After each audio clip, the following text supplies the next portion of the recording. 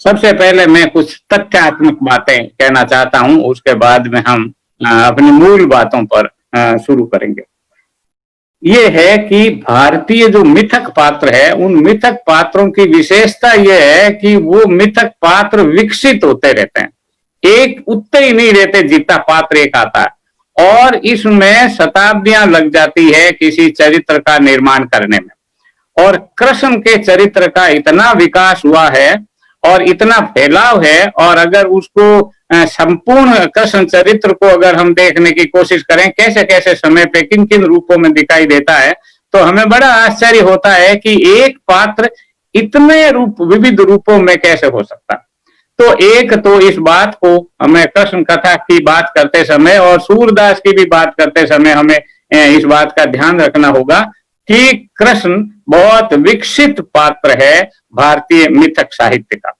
और सूरदास के पास में जो कृष्ण की कथा आई थी, ऐसा विद्वान लोगों का कहना है कि सूर ने भागवत पुराण से ये कथा ली थी, भागवत और बाकी भी ग्रंथों से। सूरदास उस समय के तो मध्यकालीन हमारे जो संत थे वो बड़े पढ़े लिखे लोग थे, और सूरदास भी बहुत सुन समझ करके उन्होंने कई सारी बातें कही। तो भागवत की जो कथा सूरदास को मिली, इस कथा में सूरदास ने नए ढंग से कुछ अपना अर्थ किया। मसलन कहते हैं कि विद्वानों का यह भी मत है कि भागवत में राधा तो है ही नहीं, और यदि राधा नहीं है तो पूरा आगे भ्रमर गीत और सूरदास की कविता तो हो ही नहीं सकती, इसलिए राधा का प्रवेश होता है। राधा का जो प्रवेश है वो जयदेव के गीत गोविंद से होता है, और फिर चंडीदास और विद्यापति से होती हुई यो राधा और कृष्ण की जो जुगल जोड़ी है वो हमारे भारतीय साहित्य में आती है, और विशेष रूप से सूरदास की कविता में हमें इस तरह से आती। तो चर्चा के केंद्र में ये बहुत महत्वपूर्ण है। इसको देखने के साथ में हमको ये भी देखना होगा कि सूरदास ने ब्रज भाषा में कविता लिखी। उस समय मध्यकाल के यानी भक्ति काल के सारे कवि थे, वो अपनी अपनी बोलियों में कविताएं लिखते थे। विद्यापति ने मैथिली में लिखा, तुलसीदास तो बहुत बड़े कवि थे हमारे, अवधी में लिखा उन्होंने, और कबीरदास ने सद्दुकड़ी भाषा में लिखा, और सूरदास ने ब्रज भाषा में लिखा। लेकिन सूरदास की ये प्रतिभा है कि उनके द्वारा जो प्रयुक्त भाषा है वो अगले 200-250 वर्षों तक सारे भारत की काव्य भाषा बन जाती। ये किसी कवि की ताकत का सूचक है, और न केवल उनकी भाषा, वरन राधा कृष्ण का ये जो प्रेम है, ये प्रेम भी विषय वस्तु के रूप में संपूर्ण रीतिकालीन साहित्य मिलता है। और जब आधुनिक काल आता है तब ये विषय वस्तु भी समाप्त होती है, थोड़ी बदलती है। हालांकि बीच बीच में दूसरी विषय वस्तु भी आई थी, कुछ ऐतिहासिक चरित्र काव्य भी रीतिकाल में लिखे गए थे, कुछ नीति की कविताएं भी लिखी गई थी, लेकिन जो मुख्य विषय वस्तु है वो राधा कृष्ण का प्रेम, और राधा कृष्ण का जो प्रेम है ये सूरदास की देन। तो सूरदास ने इसे लोकप्रिय किया। तो हमारे भारतीय साहित्य में सूर बहुत बड़े कवि माने जाते थे। तो भैया सूर तो सूर के समान है, सूर्य के समान। तो उस समय माना जाता था, बड़ा प्रसिद्ध प्रचलन था कि सूर सूर तुलसी शशि उद्गन केशवदास, अब के कवि खद्योत्सम जाता करत प्रकाश। तो सूरदास बड़े थे। लेकिन बाद में हमारे हिंदी में जब ये सूरदास का आगमन हुआ और पढ़ाई वढ़ाई जब शुरू हुई, तो बीच में हमारे आचार्य रामचंद्र शुक्ल आए। रामचंद्र शुक्ल बड़े प्रतिभाशाली थे, तो उन्होंने कहा कि नहीं नहीं, वो सूरदास है ना, वो इतने बड़े कवि नहीं है। सूरदास थोड़े हैं तो, लेकिन लोक मंगल की सिद्धावस्था के कवि हैं। तो बड़े कौन से कवि हैं? तो बड़े कवि तुलसीदास, क्योंकि उसमें लोक मंगल की साधनावस्था का उसमें वर्णन होता है। तो तुलसी का महत्व उन्होंने स्थापित किया, और इसके कारण सूर का महत्व घटा। ये हमारे ये शुक्ल जी की एक बड़ी देन में मुझको लगती है कि वो है। सूरदास के 3 ग्रंथ माने जाते हैं, एक सूर सागर है, सूर सारावली है, और साहित्य लहरी। अब आप जिस भ्रमर गीत सार की हम चर्चा करते हैं, वो भ्रमर गीत सार नाम का कोई ग्रंथ सूरदास ने तो लिखा ही नहीं। ये ग्रंथ कहां से आया? तो ये रामचंद्र शुक्ल से आया। शुक्ल जी ने 1920 में ये जो सूर सागर है, इस सूर सागर में से कुछ छंद चुने, और छंद चुन करके भ्रमर गीत सार नाम दिया और उसको संपादित करके एक लंबी 150 पेज की, 150 की नहीं थोड़ा कम है, 100-125 पेज की एक भूमिका लिखी और वो भ्रमर गीत सार हमारे सामने आया। इसके अंदर फिर बाद में दूसरे लोग भी जुड़े और पदों को थोड़ा संपादित किया और 400 पद उसमें इकट्ठा किए। और क्यों किए? क्योंकि उस समय काशी हिंदू विश्वविद्यालय में पाठ्यक्रम बनना था और उनको यह था कि भाई सूर सागर का जो सार रत्न है वो सार रत्न भ्रमर गीत सार है। अब आप सारे भारतीय साहित्य में और सारे आलोचक, सारे विद्वान ये मानते हैं कि सूरदास बाल लीला के वर्णन के बेजोड़ है और बच्चों के जीवन का वर्णन कर, कृष्ण की जो बाल लीला का जो वर्णन है वो संसार में अद्भुत है। लेकिन हमारा जो पाठ्यक्रम बना उस पाठ्यक्रम में भ्रमर गीत सार लगता है।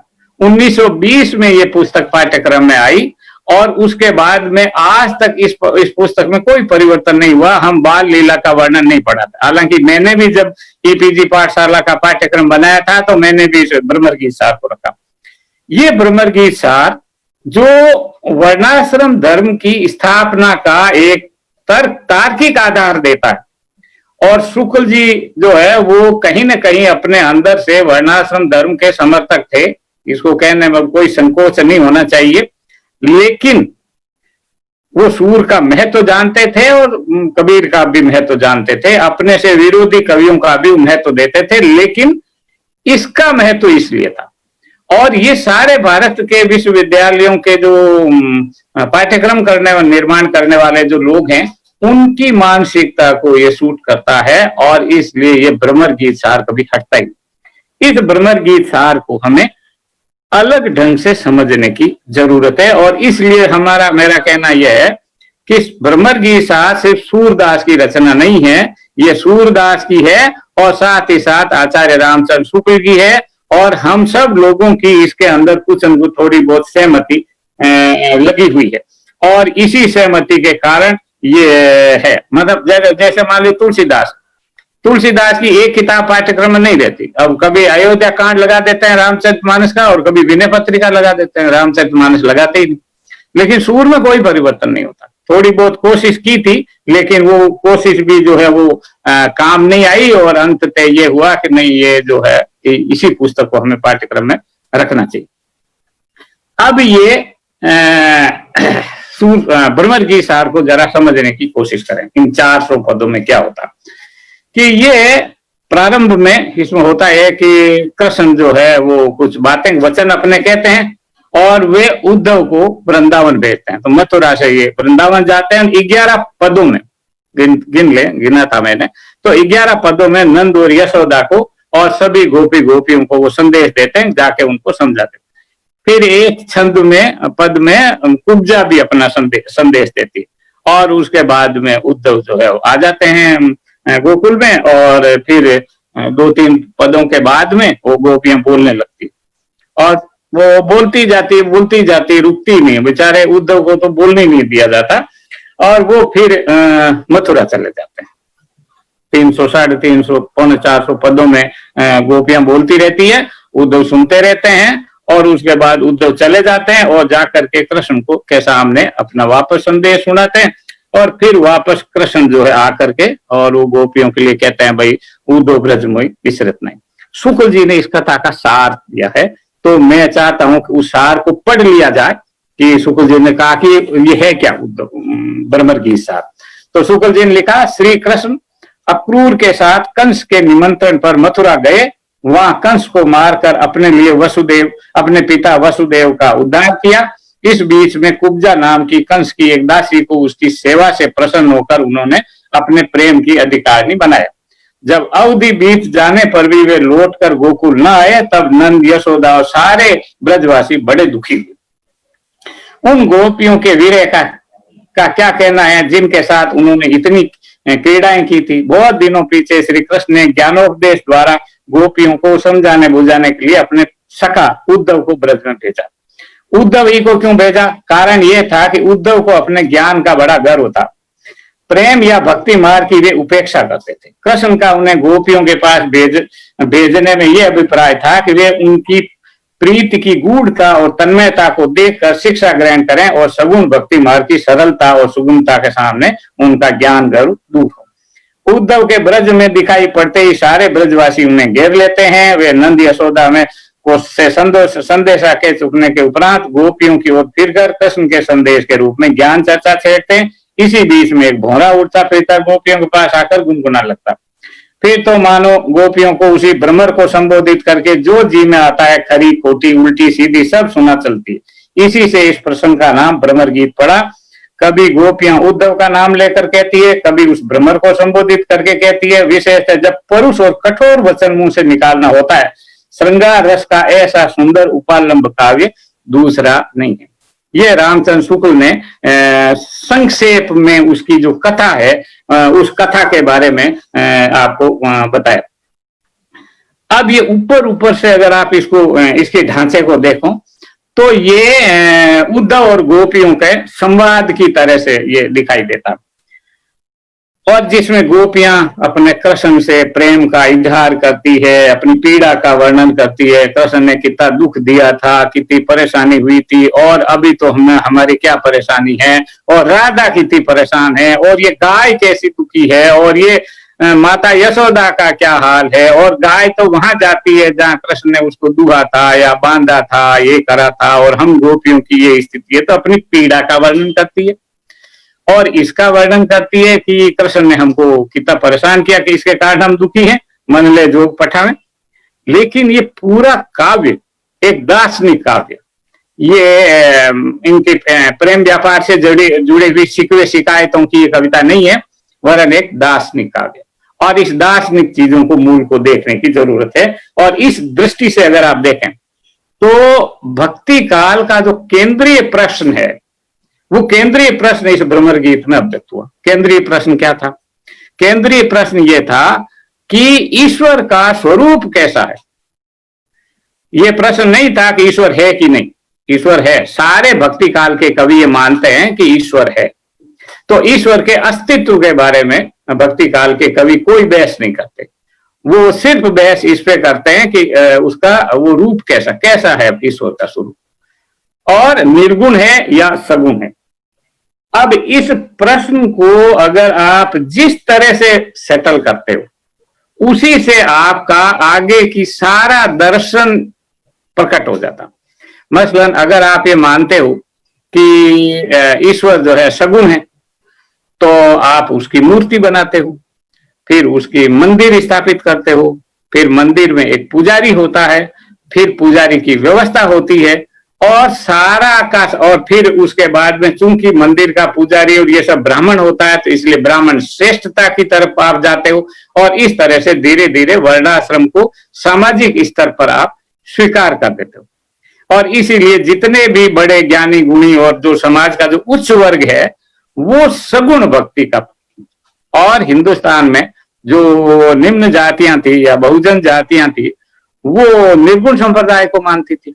वो कहते थे कि ईश्वर निर्गुण निराकार है। जब आपने कह दिया कि निर्गुण निराकार है ईश्वर, तो फिर उसका तो मंदिर हो ही नहीं सकता, तो फिर उसकी तो पूजा ही नहीं हो सकती, तो फिर उसके तो अनुष्ठान नहीं हो सकता, उससे जुड़े हुए जितने क्रिया व्यापार है वो कुछ नहीं हो सकता। तो फिर ईश्वर भक्ति कैसी होगी? तो ईश्वर भक्ति व्यक्तिगत होगी। तो सामूहिक जीवन जो धर्म के साथ जुड़ा हुआ है, वो सगुण भक्ति वाला जो सारा प्रपंच है, वो उसके अंदर माना ही नहीं जाएगा। अब ये एक प्रश्न था जिस प्रश्न पर सूरदास विचार किया। अब एक और चीज जो बहुत महत्वपूर्ण था कि सगुण भक्तों के सामने जो सबसे बड़ी परेशानी थी कि ये जो सामान्य जनता है, वो निर्गुण भक्ति का और विशेष रूप से कबीरदास का बहुत प्रभाव था। इस प्रभाव का मुकाबला कैसे करें, इस प्रश्न से भ्रमर गीत सार पैदा हुआ। भ्रमर गीतों का सारा प्रकरण इस पे आया कि किस तरह से सामान्य जनता को निर्गुण से हटा करके वापस सगुण की तरफ ले जाया जाए। तो ये सगुण कैसे आएगा, ये चिंता इनकी थी। और इसके लिए इन्होंने योजना बनाई, और ये योजना बहुत महत्वपूर्ण योजना बनाई।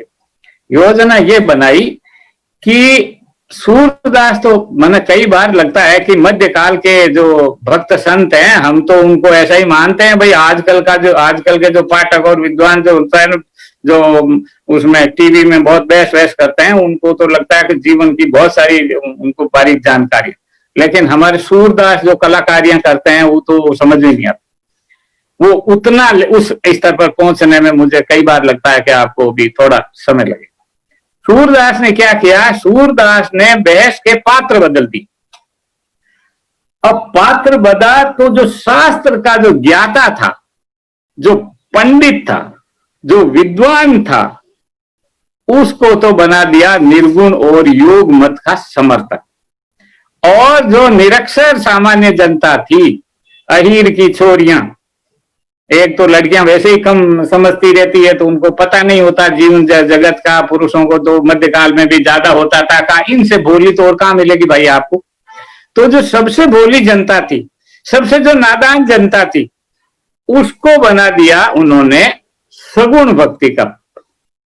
तो सगुण निर्गुण की जो बहस जो आम जनता बनाम सवर्ण के बीच में थी, वो सवर्ण और उनके बीच में होकर के ये पात्र बदले। जरा सा सूरदास ने ट्विस्ट किया और उसके बाद में अपनी विजय की गाथा उन्होंने इसी पर लिखी। ये बहुत बड़ी एक कहना चाहिए, एक बौद्धिक समझ इसके लिए चाहिए, समाज की, जीवन की, देश की। ये इस समझ के बिना आप ऐसा परिवर्तन नहीं कर सकते, और ये कलाकारी मुझे लगता है कि सूरदास ने की। अब जैसा कि शुक्ल जी ने लिखा है कि जिस समय ये गोपियों से बात कर रहे थे, उसी समय एक भंवरा आ गया और उसके बाद में वो भंवरे को संबोधित कर लिया। क्यों? क्योंकि हमारे जो भारतीय परंपरा है, उस भारतीय परंपरा की एक मान्यता यह है कि पर पुरुष से आमने सामने की हमको बात नहीं करनी। वो बात करना तो हमारे अच्छा नहीं माना जाता, कोई बीच में होना चाहिए। अब आप पुराने देखें, रामायण का प्रसंग आता है, रावण सीता के पास में गया और वो अपना जो भी कुछ निवेदन कर रहा था, बोल रहा था, अब सीता किसको लावे? तो सीता ने एक तिनका उठाया और तिनके की ओट में रावण से बात की। तो ये जो भंवरा है, ये अब आ गया। हालांकि उद्धव भाई कृष्ण के मित्र हैं, हमारे मित्र के मित्र हैं, तो हमारे भी मित्र हुए, लेकिन तो भी पर्दा जरूरी भाई। तो ये आया भंवरा, जब आया तो उन्होंने भंवरे को संबोधित करके और फिर अपनी बातचीत करना शुरू किया। तो ये प्रकरण, ये जो भ्रमर गीत का जो प्रकरण है, ये प्रकरण उस भ्रमर के कारण आया, और सिर्फ भ्रमर के कारण नहीं हुआ, बल्कि हमारी जो सामाजिक मान्यता है कि पर पुरुष से स्त्री बात नहीं करती, वो तो अब आप आधुनिक दृष्टि से आप उसकी आप आलोचना करते रहिए, लेकिन उस समय उनके दिमाग में ये था कि हम इससे बात करें, तो वो भंवरे से बात करते। वो कहते हैं हम इसको नहीं कहते, और जब उनको बहुत गुस्सा आता, बहुत कुछ सुनाने का मन करता, तो वो भ्रमर को संबोधित करती कि भाई तुमको नहीं कह रहे, तुम तो भाई तुमको कैसे कह सकते हैं, तुम तो कृष्ण के दोस्त हो, कृष्ण हमारा प्रिय है, तो कृष्ण के मित्र का तो हम ऐसे कैसे वो कर सकते हैं। तो ये एक पूरा प्रकरण बना, और अब इनकी बातचीत शुरू होती है। अब अगर आप देखो पूरे भ्रमर गीत सार को आप पढ़िए, तो कुछ बातें गोपियां मानती है और उनके सारे तर्क आप पढ़ लीजिए। 400 पदों के अंदर कोई एक ऐसा पद नहीं मिलेगा जिसमें उन्होंने कृष्ण के मान सम्मान की रक्षा नहीं की। कृष्ण की बहुत शिकायत की, वो ऐसा खराब है, मन ले जोग पठावत, हमारा मन तो ले लिया और ये हमको जो है योग भेज दिया, मन के बदले मन दो। और फिर उन्होंने तुलना भी की एक छंद में राम से, तो कहा कि सीता को रावण जब हरण करके ले गया था, तो राम खुद गए थे उसको लाने के लिए, ऐसा नहीं वहां जाकर के गीता का उपदेश देने लगे, तुम ये हमको क्या कर रहे हो। उनके चरित्र से सीखो, माना हमारे पौराणिक पात्रों से भी उनकी सूरदास ने तुलना कराई। तो सूरदास इसका उन्होंने ध्यान रखा, भाई हमारा जो प्रिय है, हम जिससे प्रेम करते हैं, जो हमारा अपना है, उसकी मर्यादा की रक्षा करनी है और उसकी मर्यादा के विपरीत कुछ नहीं कहना, इसलिए इसका उन्होंने ध्यान रखा। दूसरी बात उन्होंने पूरे उसमें दी कि सारी बातें तो उद्धव को सुनाई, बहुत कड़वी कड़वी बातें उन्होंने सुनाई, लेकिन उसके बीच में एक गुंजाइश रखी कि उद्धव का भी कहीं कोई अपमान नहीं किया, व्यक्तिगत अपमान जैसी कोई बातचीत नहीं की। और उसमें हमेशा ये गुंजाइश रखी, हमेशा ये रखी, भाई उद्धव तुम तो बहुत अच्छे हो, अति रुचि के तुम लाए, तुम हमारे दुख से दुखी हुए थे, हमारे लिए सोचा तुमने कि भाई किसी तरह गोपियों का मैं दुख दूर करूं, तो तुम तो हमारे ही पक्ष के हुए, तो हमारे पक्ष का व्यक्ति, प्रिय का जो मित्र है वो हमारे लिए आदरणीय, वो अगर हमारे लिए आदरणीय है तो हमको उसकी मर्यादा का ध्यान रखना। 400 पदों में एक भी क्षण ऐसा नहीं मिलेगा जिससे उद्धव गोपियों से रुष्ट हो जाए, या वो ये कहे कि इनका व्यवहार अच्छा नहीं था इसलिए मैं इनके पक्ष में कुछ नहीं करूं। अच्छा ठीक है, आप इतना करते हो, ठीक है, फिर मैं देखता हूं, मैं वहां जाके भिड़ा दूंगा उसको, कृष्ण को। आखिर कृष्ण तो मेरे साथ ही रहता है, तो चुगलियां मेरे को ज्यादा अच्छी आती है ना आपको, अगर मेरे को आपसे शत्रुता करनी है तो मैं वहां जाके करूंगा। लेकिन कोई मौका गोपियां ऐसा नहीं देती, वो उसके प्रति हमेशा आदर और सम्मान का वो भाव रखती है और कहती है क्योंकि आप हमारा ध्यान करके आए। फिर एक और तर्क का भी वो इस्तेमाल करती है और वो ध्यान रखती है कि भाई ये उद्धव तो कृष्ण का दूत है, कृष्ण ने भेजा है, और दूत तो हमारे भारतीय साहित्य में अवैध होता है, उसको तो नहीं मारना हमको, तो उसको नुकसान भी नहीं पहुंचाना, उसको सुनाने का क्या मतलब, वो तो आया है, कृष्ण ने जो इसको कहा उसने हमको सुना दिया, बस इतना ही तो इनका रोल है। इस रोल में इनकी निंदा करने का तो कोई बनता ही नहीं, क्योंकि इनकी तो कोई जिम्मेदारी नहीं, जिम्मेदारी तो कृष्ण की है। इसलिए जो भी पीड़ा की बात होती है, जो भी विरोध करना होता है, वो गोपियां कृष्ण के बारे में। अब यहां पे एक और खेल गोपियों ने किया। अब गोपियों ने तो क्या किया, सूरदास ने किया, वो ये कि गोपियां इसमें लगी रहती है कि जो हमारे पास में कृष्ण का दूत बन करके आया है वो उसको ऐसा सुनाओ कि यहां से जाने के बाद वो हमारा दूत बन करके कृष्ण को बताए।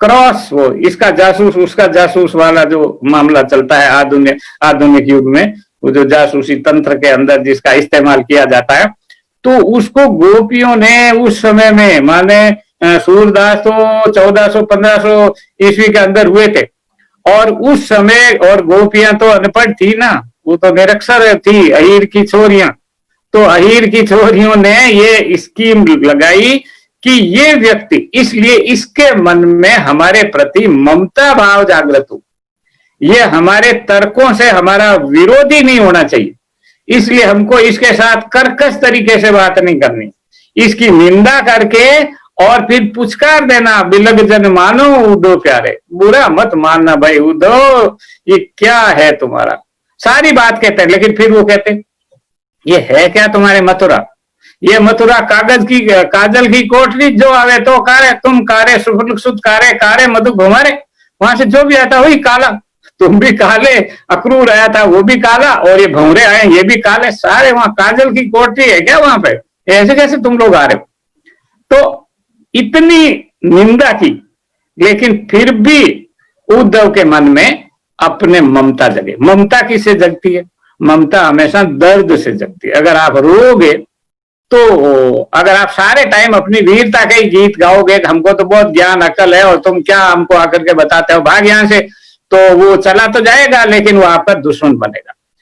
तो जिससे आपका आर्गुमेंट है, जिससे आपकी बहस है, जिससे आपका विरोध है, वो व्यक्ति व्यक्तिगत रूप से आपका शत्रु नहीं होना चाहिए, और वैचारिक बहस, वैचारिक स्तर पर होकर के आप अपने व्यवहार के द्वारा उसे अपने पक्ष का बना लो।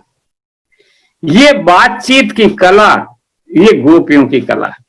और बाकी आमतौर से हमारे देश में तो होता यह है कि जब बहस होती है तो थोड़ी देर बाद लड़ाई शुरू हो जाती है, और उसके बाद में व्यक्तिगत शत्रुता आ जाती है, और फिर दोनों एक दूसरे को लड़ मरने पे उतारू हो जाते हैं।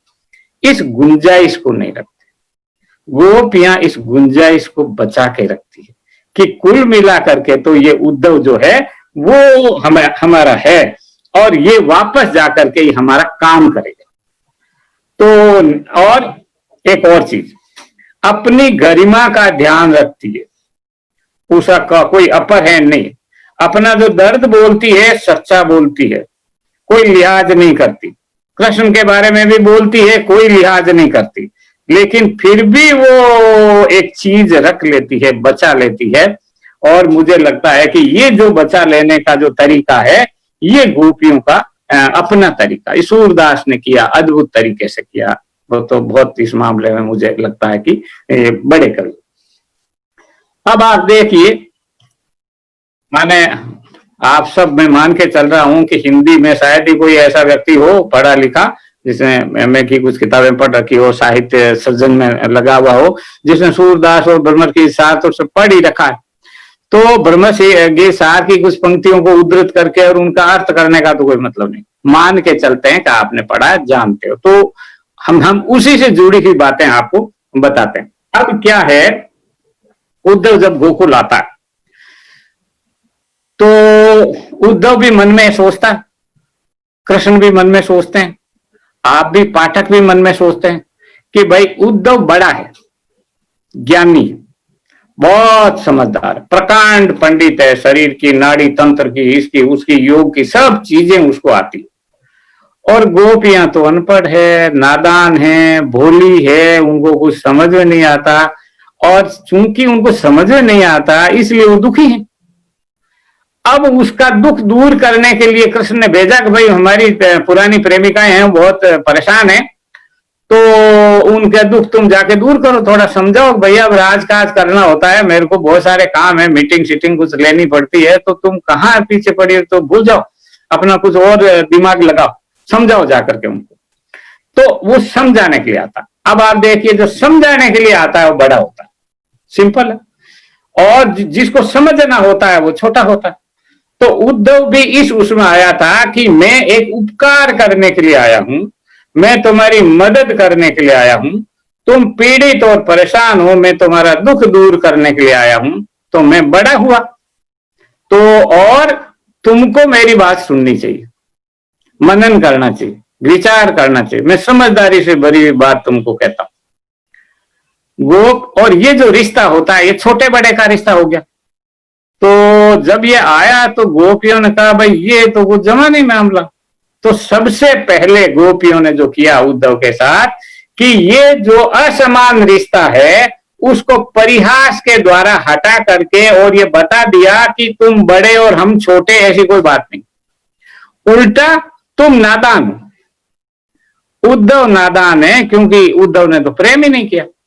जब प्रेम नहीं किया तो प्रेम की पीड़ा ये क्या जानता। तो ये तो जड़ है, किताब पढ़ने से ज्ञान नहीं होता भाई, जीवन जीने से ज्ञान आता। और इसने तो जीवन जिया ही नहीं, हमने प्रेम किया है, हमने जीवन जिया है, हमने कृष्ण के साथ में इतना समय गुजारा, तो कृष्ण के साथ तो वो भी रहता है, तो वो तो मेंढक भी रहता है और कमल के पास में और भौरा भी रहता है, तो मेंढक को कमल से कुछ प्रेम नहीं होता, तो इसको भी कोई प्रेम तो जानता ही नहीं है।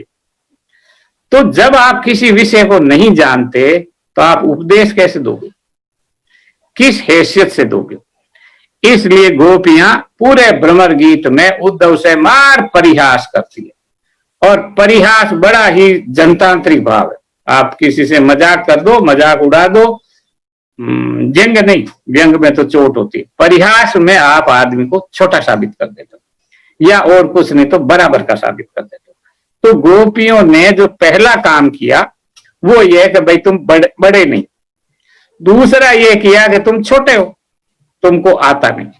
अब आप ये देखिए कि बहस का जब भी कोई राजनीतिक, धार्मिक, सामाजिक और या किसी भी इशू पर या दार्शनिक किसी भी इस स्थिति पर जब बहस होती है तो आपकी पहली विजय इस पर होती है कि आप अपने विरोधी को छोटा साबित करते। और ये जो पहला दांव पेच, जो कुश्ती का जो दांव पेच होता है और दोनों के बीच में जो दांव पेच हुआ, इसमें गोपियों का अपर हैंड हो गया। इसलिए हर बार आप देखें कि इसमें भ्रमर गीत सार में गोपियां ही समझाने की मुद्रा में होती है और उद्धव को खाली सुनना होता है और वो ठगा सा रह जाता, उसके पास में किसी चीज का जवाब ही नहीं।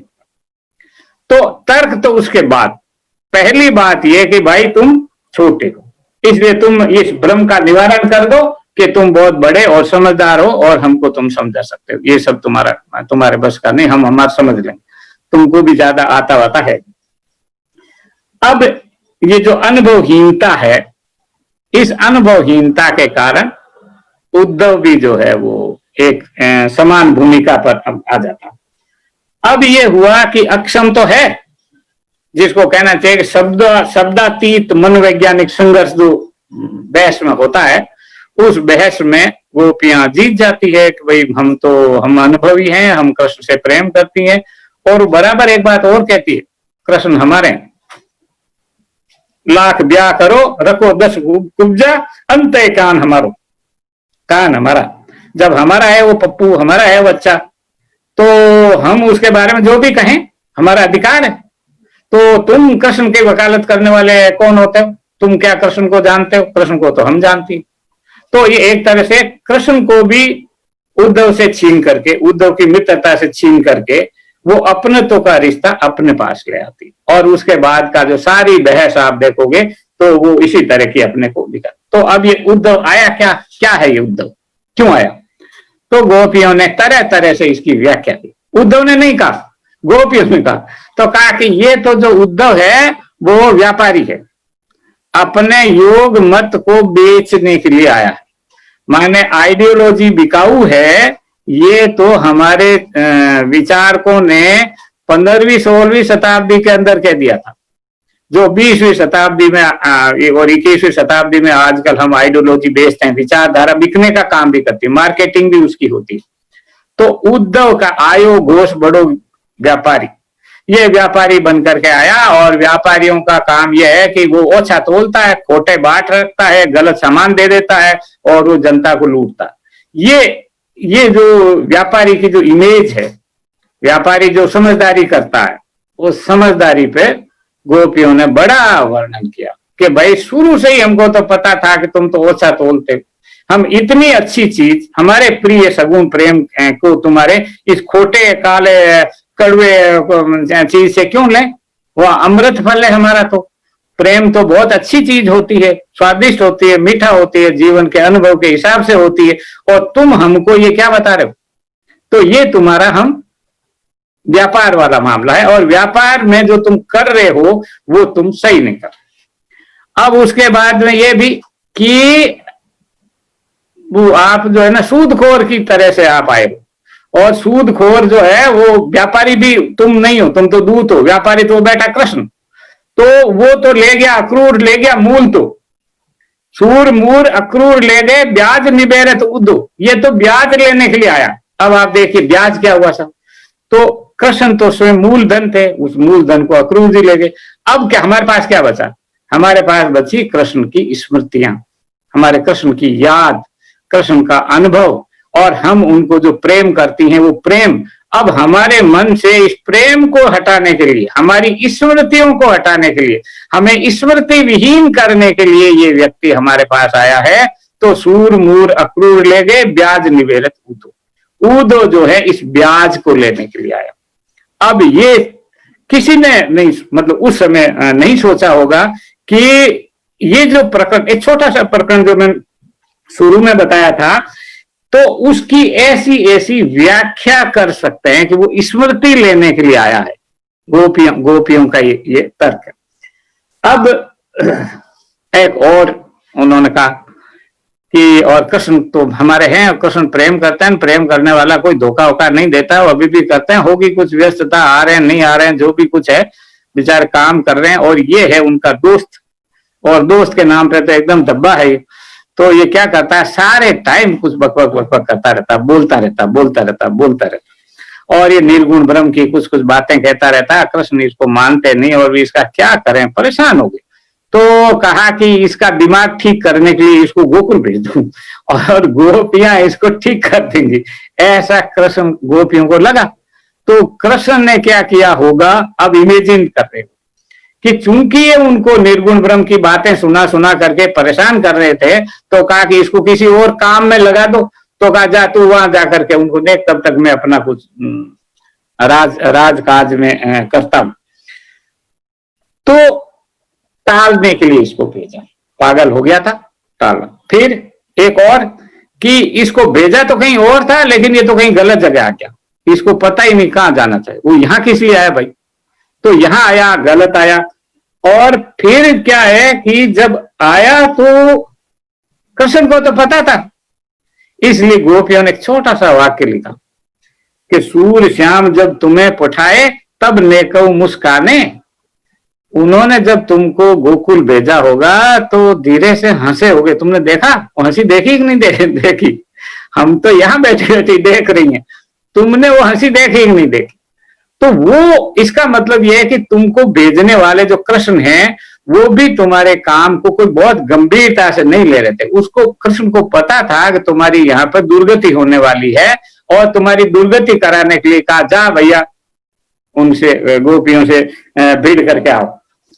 तो फिर घूम फिर के कहते हैं अब क्या कहें, ये तो नौकर है, ये बेचारा आ गया है। तो विलग जन मानव उदो प्यारे, हे उदो तुम है ना बुरा मत मानना भाई, बात तो हम तुमको कहते हैं बुरा मत मानना। और ये बोला है, आ गया है बेचारा तो, लेकिन अब गोकुल में आया है तो इसको थोड़ा अच्छी तरह से ही हम इसको रखें। ये गोपियों के इस तर्क प्रणाली का, इस पद्धति को जरा आप देखें। अब गोपियां उद्धव की बातचीत शुरू होती, जैसे कोई भी बहस करेगा तो बात होगी ना। तो गोपियां उद्धव को बोलने ही नहीं देती, जो कुछ बोलती है वो गोपियां बोलती है। और उद्धव की बात को भी गोपियां ही कहती है कि जो तुम ऐसा कहते हो, और उसके बाद में उद्धव को उद्धृत करती है। अब क्या करती है कि उद्धव को गलत ढंग से उद्धृत करती है।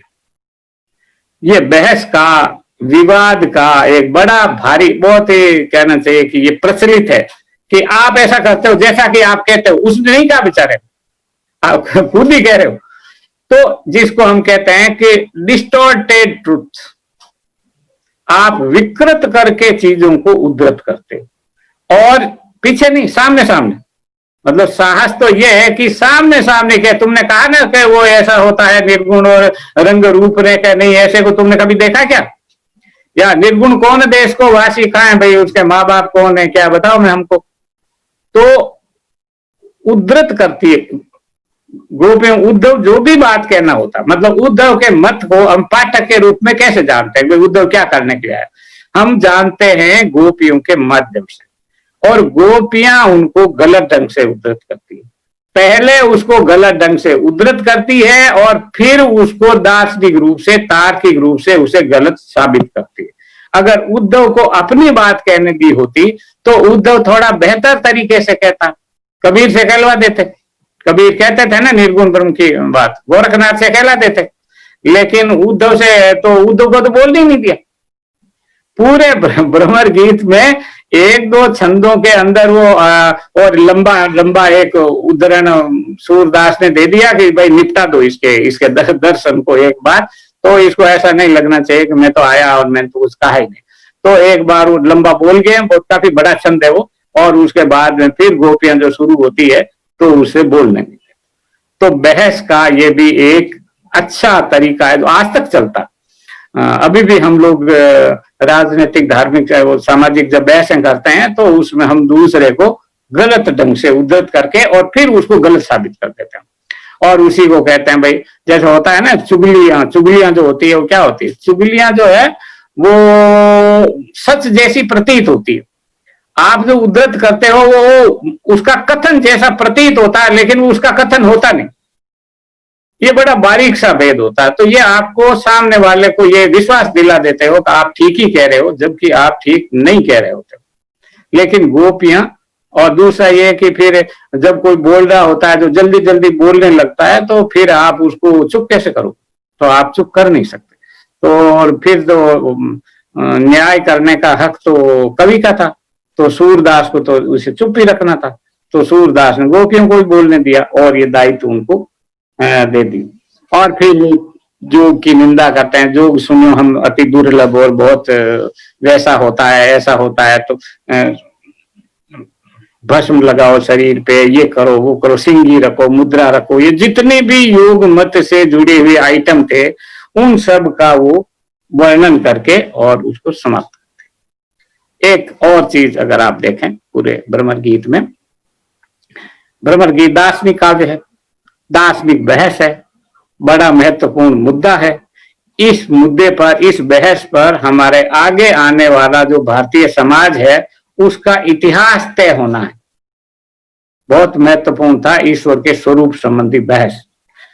इस बहस में जो भी जीता हारता उसका हमारे विचार पे, हमारे चिंतन पर प्रभाव पड़ना था। तो गोपियां दास इस दर्शन को, जो दार्शनिक बहस का काव्य है, कभी भी दार्शनिक बहस नहीं करती। गोपियां उद्धव से दार्शनिक बहस इस पूरे में करती ही नहीं। वो तो कहती है कि बहुत तुम ज्ञानी हो भाई, हम तो बेवकूफ हैं, हमारे तो समझ में नहीं आता है, इसलिए ये सारे ज्ञान की गठरी ईशपुर काशी में ले जा करके बेचो, वहां तुम्हारे ग्राहक हैं, वो पढ़े लिखे बहुत विद्वान लोग हैं, उनको तुम जा करके समझाओ, हमको मत समझाओ। एक तो वो ये कहती है। दूसरा वो कहती है कि वो दो मन नहीं हाथ हमारे। अब तुम गलत हो या सही हो ये हम कस नहीं कहते, लेकिन तुम जो कहते हो उसके अनुसार हमारा तो मन ही हमारे हाथ में नहीं है, और जब तक मन हमारे हाथ में नहीं है तब तक हम तुम्हारी बात को कैसे माने। इसलिए तुम ऐसा करो कि मन को तो हमारे, वो तो कृष्ण के साथ चला गया, जब अक्रूर के साथ वो रथ में बैठ करके गए तो हमारा मन भी उस रथ में बैठ के चला गया उनके साथ। अब तुम कृष्ण को वापस ले आओ, फिर उनके साथ में वो रथ में हमारा मन भी आ जाएगा, और उसके बाद में हम तुम्हारा योग वोग सब करने के लिए तैयार हैं, जैसा भी वो प्राणायाम अनुलोम विलोम सारा कर देंगे, लेकिन वो ले आओ कृष्ण को। क्योंकि गोपियां मुख्यतः चाहती थी कि कृष्ण वापस आ जाए, और कृष्ण आ जाए तो सब करो, हमको कोई दिक्कत नहीं। तो इस भाव की तरफ भी गोपियां इस तर्क पर यहां लाती है कि हम कर नहीं सकते, तुम समझो ना इस बात को, तुम सही हो सकते हो। हमारे जैसे लोक कथा में कहा जाता है भाई पंचों की बात सिर माते हैं, पर ये खूंटा तो यहीं गड़ेगा भाई, ये जो बात है ये तो यही होगी, आपकी बात सही। तो आपने जो दार्शनिक बातें कही है वो सही हो सकती है, हम इस पर विचार ही नहीं करते। और जब आप किसी दर्शन पर विचार ही नहीं करते तो वो दर्शन अपने आप को सही कैसे साबित करेगा। कारण इसका यह है कि दर्शन को, निर्गुण ब्रह्म के दर्शन संबंधी बहस को दार्शनिक स्तर पर आप गलत साबित कर ही नहीं सकते। तो जब दार्शनिक ही नहीं कर सकते तो हमारी गोपियां बेचारी कैसे करेंगी। तो सूरदास ने उस संकट में डाला है, इसलिए बहुत अधिक छंद पद इस तरह के हैं कि हमारे तो बन बस में नहीं। और तुम ये क्या लाए कि भाई नंगे बदन रहेंगी गोपियां और भस्म लगाएंगी शरीर पे, क्या कर रहे हो, युवतियों को योग सिखा रहे हो तुम। माने पात्र भी वो निकाल करके लाए कि बेस करोगे तो ये आएगा। जो सेवानिवृत्त हो चुके हैं 50-60 साल के, उनको आपने सिखाई है ज्ञान व्यान की ये सब बातें, हमको तो कहां सिखाए। माने पात्र सही नहीं है हमारा, तो ये तुम्हारा गलत हो गया। माने आपको कैसे हमको आपको गलत साबित करना है, तो ये तो पात्र गलत। तो ईशपुर काशी में जाओ, तुम युवतियों को ऐसा देखो, क्योंकि उसमें तो भाई नंगे बदन रहना होता है, तो तुम औरतों को ऐसे कैसे कहते हो। और हम तो कृष्ण की पत्नी है, तो इनको छोड़ करके और दूसरे पति के पास जाए तो तुम्हारी पिटाई हो जाएगी। ब्रज में क्या कह रहे हो, किसी विवाहित स्त्री को तुम इस तरह का उपदेश देते हो, एकदम लौकिक स्तर पर ले आती उसको। और सारे जो मुद्दे हैं वो सारे मुद्दे उनके इस तरह के आते हैं कि वो आप उसमें कुछ तो दार्शनिक बहस नहीं हो सकती, दर्शन को वो छोड़ देते। फिर निर्गुण सगुण का एक सामाजिक दर्शन भी था ना। मतलब कबीरदास सिर्फ ब्रह्म और ईश्वर की बात ही थोड़ी कहते थे, वो तो छुआछूत का भी विरोध करते थे, और पूजा अर्चना का भी विरोध करते थे, मंदिर की व्यवस्था का भी विरोध करते थे, वो तो सबका विरोध करते थे। वो तो बकरी पाती खाते है, ताकि काड़ी खाल जो जब बकरी खाते है उनका कौन हवाल, मांसाहार की भी वो निंदा करते थे। तो इस पूरे भ्रमरगीत सार में निर्गुण ब्रह्म और योग मत वालों का जो सामाजिक दर्शन है, इस सामाजिक दर्शन पर इसमें एक भी बहस का पद नहीं। आप उसके बारे में एकदम साइलेंट कर दिया, चुप कर दिया, जबकि पूरी बहस उसी पर होनी थी। समाज में जो निर्गुण मत की मान्यता थी उसको हटाना था, लेकिन वो बात नहीं कही जिस बात का बहस थी। तो ये तो भाई बहुत भारी समझदार और एक तरह का दार्शनिक विवाद के अंतर्गत आता है कि वो बात तो कहनी नहीं जो दरअसल कहनी, और उस बात पर तो बहस ही नहीं करनी, उस पे करते ही हमारा गलत हो जाएगा, उसके बाद हमारे पास कोई जवाब नहीं होगा। तो इसलिए पूरे ब्रह्मगीत सार में जो सामाजिक जीवन संबंधी चिंतन था निर्गुणियों का, उसके बारे में उन्होंने कोई भी बात नहीं की। अब एक और चीज जिस पर आप देखें कि ये जो कृष्ण है, इस कृष्ण का गोपियां इस्तेमाल करती है। कृष्ण के दो रूप है गोपियों के लिए, एक तो वो सगुण ईश्वर है और दूसरे वो उनका प्रेमी है। तो गोपियां क्या करती है कि कृष्ण को आड़ की तरह से इस्तेमाल करती है।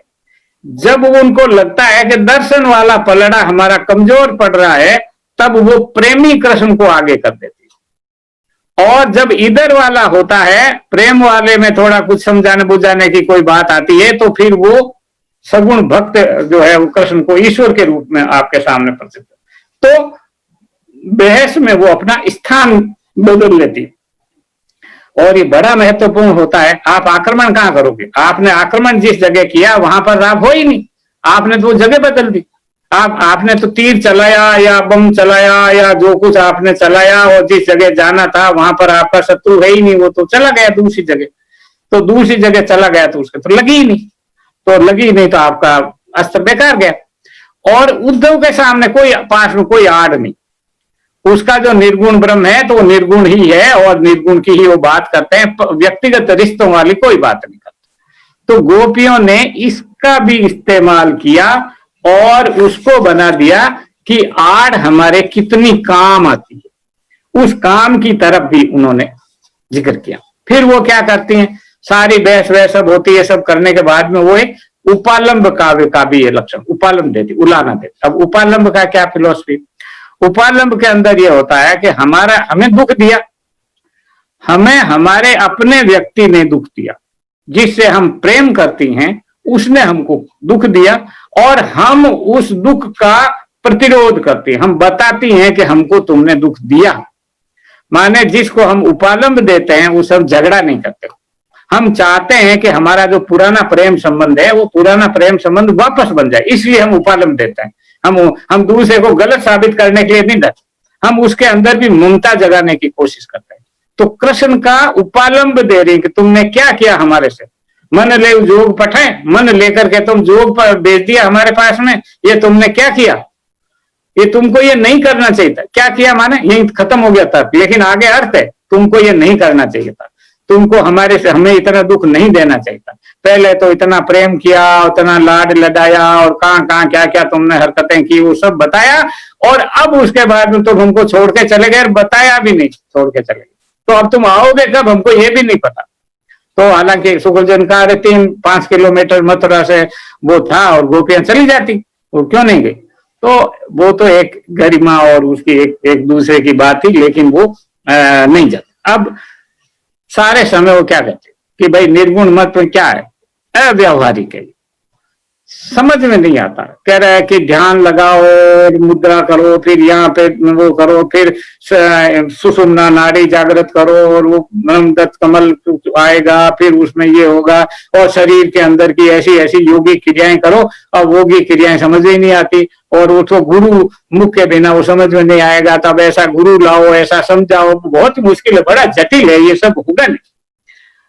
और ये असंभव कल्पना की तरह हमको लगता है, अव्यावहारिक है, असंभव है, मुश्किल है, और सबसे बड़ी चीज ये कष्ट साध्य प्रक्रिया। और हमारे सगुण भक्ति में क्या है, कुछ नहीं, भगवान का नाम लो, हो गया, सरल है ना। और क्या करो, प्रेम करो, प्रेम करना तो सबसे सहज वृत्ति।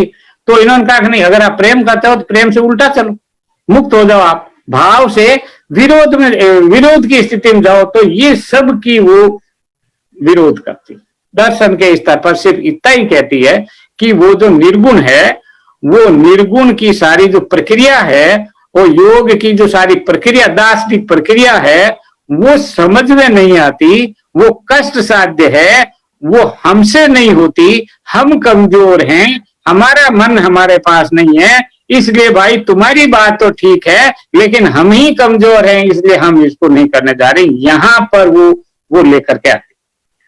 अब इतनी बहस के बाद, इतने झगड़े के बाद फिर भी सूरदास को लगता है कि अभी इनका कुछ मामला जो ना वो बैठा नहीं। तब वो कहते हैं कि निर्गुण में और सगुण में तो कोई भेद ही नहीं है। यही बात में तुलसीदास भी कहता है, निर्गुण सगुण में कोई भेद नहीं, सब बराबर, ठीक, सब एक जैसे, दोनों एक जैसे। आप इस पे आ जाओ पहले तो। भाई पहले तो ये था कि मैं सही हूं तुम गलत हो, फिर कहा नहीं तुम भी सही हो मैं भी सही हूं, निर्गुण भी सही है सगुण भी सही, तो हम तुम्हारे निर्गुण को गलत नहीं मानते, तुम हमारे वाले को भी कह दो ठीक है। तो जब दोनों सही है तो जो अच्छा लगे वो खाओ ना, शुगर कोटेड खाओ ना, थोड़ा मीठा वाला पसंद आता, ये कड़वी कड़वी चीज हमको क्यों खिलाते? जो सहज हमारी वृत्ति के अंतर्गत आता है तुम हमें उसको क्यों नहीं दिखाते? और इसलिए वो इस पॉइंट पर आती है कि जब दोनों समान है, भगवत भक्ति के दोनों रास्ते सही है, चाहे इधर से जाओ चाहे उधर से जाओ, तो ये वाला ज्यादा अच्छा, ये वाला ज्यादा सरल है, ये वाला हमारी वृत्तियों के अनुकूल है, इसलिए हम इसकी दिशा में जाते। यहां पर आकर खत्म होगा। और इसी का बाद में जाकर के तुलसीदास ने इसको बाद में विकसित किया और फिर पूरे दार्शनिक वैभव के साथ में रामचरितमानस में अपने समाज दर्शन को भी व्यक्त किया और अपने सगुण भक्ति को भी पूरी तरह से प्रतिष्ठित कर दिया। ये जब अगर ये भ्रमर गीतों की परंपरा नहीं चली होती, भ्रमर गीतों ने ये दार्शनिक और सामाजिक मनोवैज्ञानिक रूप से स्थापित नहीं किया होता, तो तुलसीदास का स्थापित होना बहुत मुश्किल था। तो ये एक पृष्ठभूमि उन लोगों ने बनाई। और कई बार मेरे को तो ऐसा लगता है कि जो ये बहस करने की जो कला है, वो अगर आप उसकी तुलना करें जितने तरह के तर्क मैंने दिए, तो वो आधुनिक जो हमारी सारी बहस तो आजकल टीवी में होती है। और मुझको बहुत बार ऐसा लगता है कि सूरदास से अभी इनको बहुत कुछ सीखने की जरूरत है। अभी इनकी कला का जो वो स्तर नहीं, वो जल्दी लड़ने लग जाते हैं और फिर वो थोड़ा सा ठीक नहीं लगता मामला। तो गोपियां बहुत मीठे मीठे, परिहास वृत्ति बहुत मुश्किल से आती है और गोपियों ने इस परिहास वृत्ति का जबरदस्त उपयोग किया इसके अंदर। और दूसरी बात जिसका उपयोग किया कि विरोधी को अपने पक्ष में मिला देती है, आप उसका खंडन करके उसे अपनी पार्टी में ले आते हो। और ये जो गुण है, ये गोपियों के बहस का गुण, ये मुझे लगता है कि इस भ्रमर गीत सार के अंदर ये है। अंत में मैं राजपाल एंड सन्स की मीरा जौहरी और प्रणव जौहरी का आभारी हूँ।